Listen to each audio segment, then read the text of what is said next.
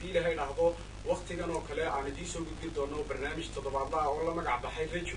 kaasi oo lagaga hadli doono horumarka iyo gobolka awdal iyo bulshadu sida ay horumarin karto barnaamijyadan oo kii ugu horreeyay noociisa oo kale aan caawa ku bilaabayno oo lagu magac daray Rajo ayaa waxaan idinka soo tegaynaa xarunta studio bartamaha magaalada Boorama barnaamijkeena caawana waxaan dood ka qaban doonaa arrin ku saabsan sida ay dadku ama bulshadu u horumarin karto arrimaha gobolka iyo hadday noqoto dhinaca walaadiga bulshada iyo qaybaha kale ee kala duwan iyo wax ka qayb qaadan kara iyo horumariya dhulka sida laga warqabo wadamo badan oo adduunka waxaa jira in dawlad iyo shacab ay ka wada taliyaan sidaa darteed shacabku ma isagaa horumariya mise dawladda horumarisa barnaamijkeena oo doodaasi ku saabsan caawa waxay kala qayb qaadan doonaa dhalinyaro aad u fara badan oo ay ka mid yihiin maxamed xaamid cabdilaahi oo dhigta kulliyadda waxbarashada ee jaamacadda camuud cabdudani axmed abraar oo ah isagu mulkiilaha foota london waxaa kaloo ka mid ah ciise xuseen faarax oo ah isaguna macallin dhowaan ka yimiday dalkaasi jamhuuriyadda jabuuti oo halkan ka dhiga afka faransiiska khaalid maxamed cawaare oo isaguna ka tirsan ardayda kulliyadda waxbarashada ee jaamacadda camuud sidoo kale waxay kala qayb qaadanayaan axmed bashiir xasan oo isaguna arday ka tirsan ardayda galaaska juniorka ee kulliyadda beeraha iyo deegaanka ee jaamacadda camuud ugu dambayntiina maxamuud cabdi suldaan oo ah arday isaguna ka tirsan kulliyaddaasi waxbarashada ee jaamacadda camuud ayaa isaguna halka soo fadhiya dhammaantiinba waxaad leenahay kusoo dhawaada martida barnaamijka waxaanan idin rajaynaynaa in barnaamijkan iyo kuwo noociisa oo kale aad la socon doontaan haddii beedmo toddobaadana uu yahay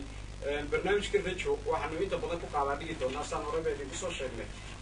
qaybaha kala duwan ee bulshada sida ay u horumar karto dalkooda ama gobolka inagoo gaar ahaan eegayna gobolka awdal iyo bulshadiisu sida ay bulshadu u horumarin karto cid bay wax ka sugayaan cid baa maqan mise ceel baa u qodan haddii aan ku bilaabo su-aasha koowaad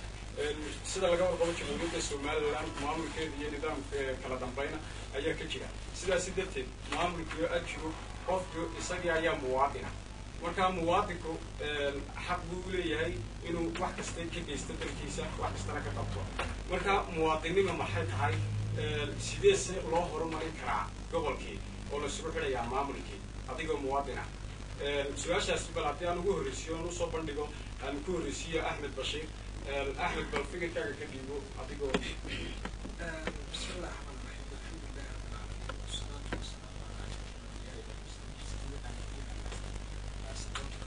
إبراهيم شهد إبراهيم سيد محمد سفيان سيد الصبح سيد إبراهيم أنتي مكة عن خط ده مكة عن بعض من العالمين هذا محويا ترك استعمال العرب وزن في شيء أنا وتعرف كل ربي marka aan horta qeexno muwaadin waa maxay horta muwaadin waxa weeyaan muwaadin waa qof waxa weeyaan aadan ah at the same time waxa weeyaan muwaadin ku yahay deegaanka uu joogay ah yani mid muxuu hayay si fiican u kala yaqaana u damqada isla markaana waxa weeyaan uu ma taqaanay isagoo ugu fikra sidii uu ugu adeeg lahaa waxa weeyaan waddankiisa inuu horumar fronta لكن مواطن ما حصل عيدات كوستاين في صعود كوستاين يعني إنه قفوا مجال كوستان قبل حيب أما أنا بالكبير أما أنا بالدجاج أساسا لكن مواطن وحويا هو من كستقول عيد قدام قاي هو مواطن ما عذر نقطة ما كان وحويا كلامته ما كان وقفكم مواطن كوي أنا كان وحويا هرمونت بشكل كتير وكان أدي وبرشنا ما هرمونت إلا يدك كمواطنين يدا كل واحد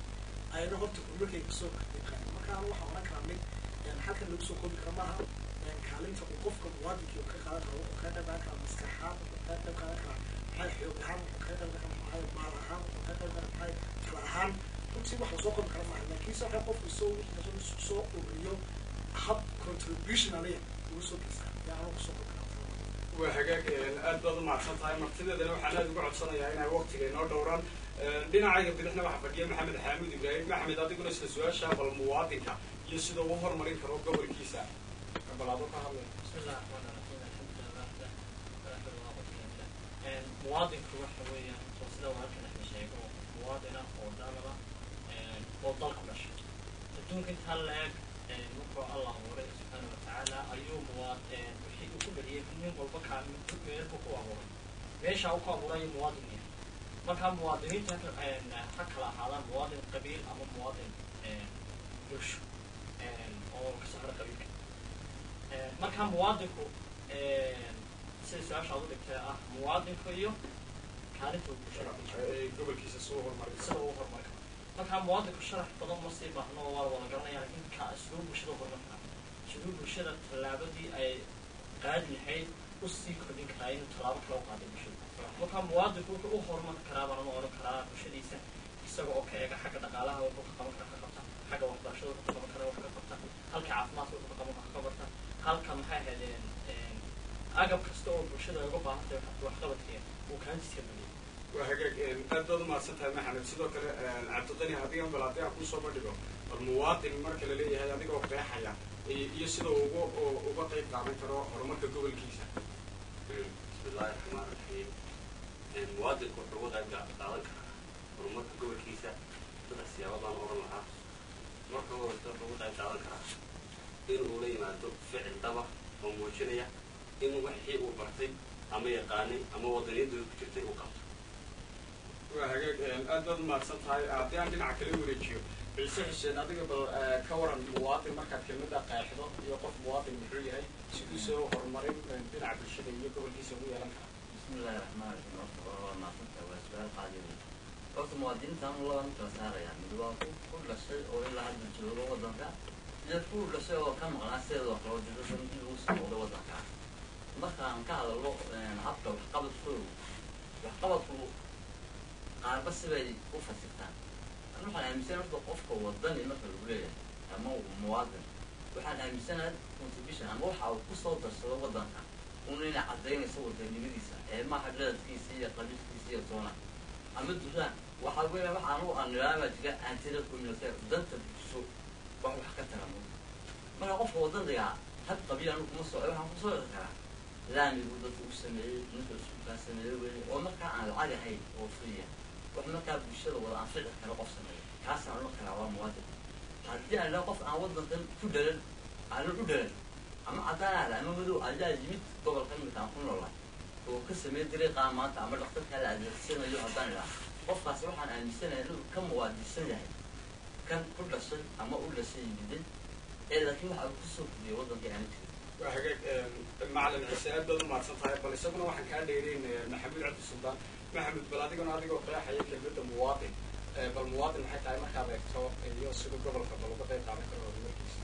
bismillahi raxmaan raxiim alxamdulilah rabbil caalamiin wasalaatu wasalaamu calaa ashraf al-anbiyaa wal mursaliin way mahadsan yihiin dhalinyarada